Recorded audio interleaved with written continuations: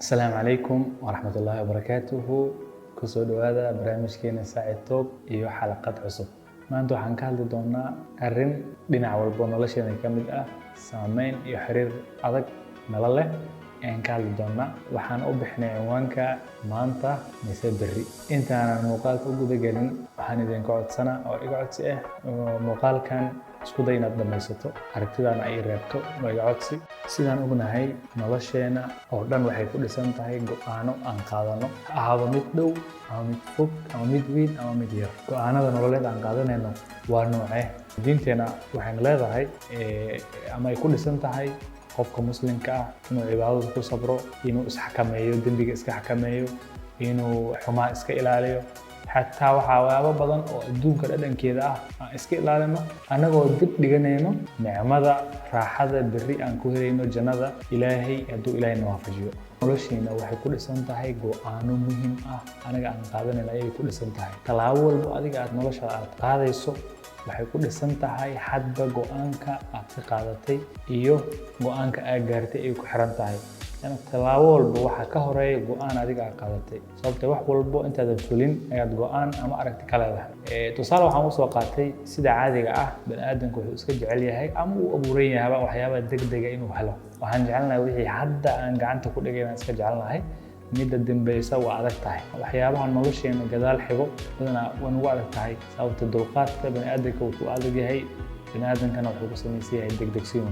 markaan usoo laabto nolosheena caadiga ah, adiga si aad noloshaada u hagto, u maarayso, guulo badan uga soo hoyto, maaraynta noloshaada iyo naftaada si guulo weyn uga soo hoyso, waxaa u baahan tahay inaad noqoto naftaada inaad xakamayso. xakamaynta naftaada waxay ku dhisan tahay inaad go'aanada nolosha aad u qaadanaysid aadan ku qaadanin dareen ama laablakac aadan ku qaadanin ama emotional, sababtoo ah laablakac wixii lagu qaato natiijadooda inta badan aan si wanaagsan ku dhammaanayno.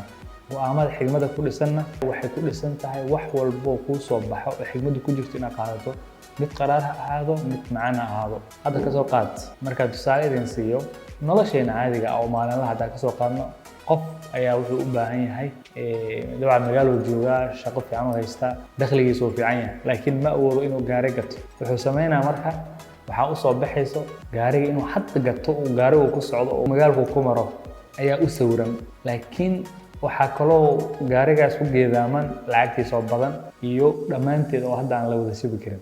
marka qofku wuxuu sameynaa wuxuu fiirinaa marka gaarigan oo labadaba maalin magaalku ku marayo fiirina, marka bil walba in deyn lagaa qaado ayaad islowsiinaysaa. waxaad dooranaysaa hadda gaariga aad kaxeynayso hadda isla waqtiga lagu wareejinaa. marka haddaad qaadato go'aan ah inaad dul qaadato, lacagtaada meel dhigato, aad keydsato, muddo aad sabarto, gaariga aad ka sabarto maanta, laakiin berri inaad u sabarto oo adiga marka gaarigaas aad la wareegto, gaarigii si raaxa leh ugu soconaysid adoon deyn lagugu lahayn, dhibna aysan kugu ahayn. maalan xikmadda ama aragtida aan ka leeyahay maanta xalqadeena ay ku wareeganayso waxay tahay, haddaad rabto inaad guulo waaweyn oo adiga aad ku noolaato rabtid, waa inaad aqbashaa xanuun, daal iyo maxaa la dhahay culeysada inaad hadda u dulqaadato.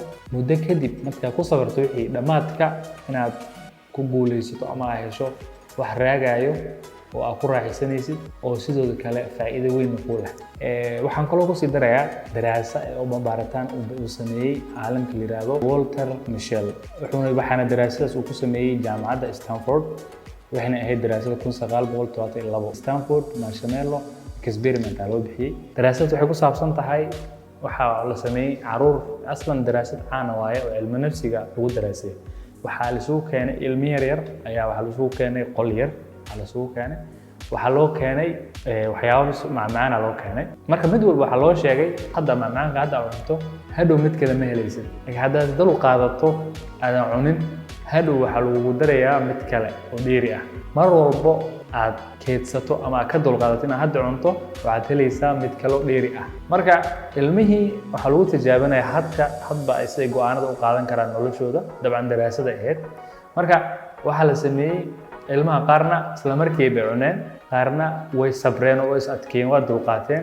dabcan waa dareemi karta waa ilmo yar oo macmacaan loo keenay oo aad u yar. marka daraasada waxaa la waday sanooyin dheer ayaa la waday marka ilaa markii dambe muddo dheer kadib waxaa daraasada lagu daraasanaya ilmihii daraasada ka qayb galay ayaa waxaa la tix raacay ama la dabagalay noloshooda markay weynaadeen iyo qaabkay u nool yihiin marka daraasada waxaa laga soo dhex saartay caruurtii dulqaatay waxay u bateen intooda badan dad guulo badan nolosha ka gaaray horumaro badan sameeyey sidoo kale dadkii ama caruurtii yaryareed ee macmacaankii markii loo keenayba cunay waxay u badnaayeen kuwo culayso badan nolol soo wajahay noloshoodana dhibaato badan oo ka soo wajahday go'aan qaadashada waxaa soo baxay saameynta ay leedahay qofka inuu awood u lahaado inuu maanta noloshiisa xakameyn karo si berri natiijo ama guul uu rabo uu ku gaaro marka hadalkaas waxaan u leenahay nolosheena wax walba nolosheena ka mid ah dib u fiiri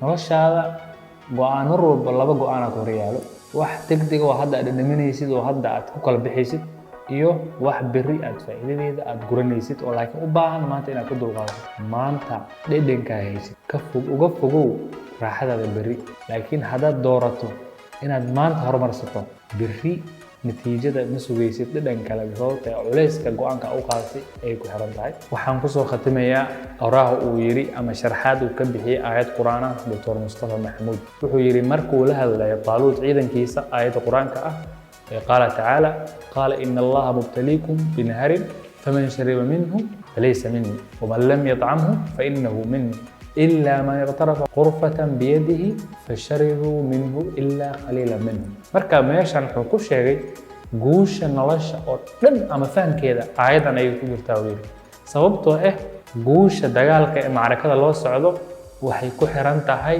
naftaada guusha ay ka gaarto oo ah inuu qofka biyo yar ka bado oo biyo badan cabin saasuu ku yiri qofkii ka bada anigu iga mid yahay qofkii cabana igama mid ahan sababta ee dagaalka loo socdo waxa guushiisa lagu xiray qofka askariga ama dagaalyahanka ee naftiisa ka guuleystay ayaa ku dulqaadan karo saaxada dagaalka marka intaas ayaan kusoo khatimayay barnaamijkeena maanta wixii aniga aan ka tegay mar walba waa idin sheegaa waxaan codsanayaa inaad aragtidin ila wadaagtaan hadafkiina adin kale inaan wax idin soo jeediyo maahan marka khayr adinku ogahay waxaan rajaynayaa inaad page-ka iyo YouTube-ka aad dhiirigelisaan si dad badan ay ugu gaaro waxaan rajaynayaa insha Allah xalaqad kale inaan kulmi doono aad u mahadsantihiin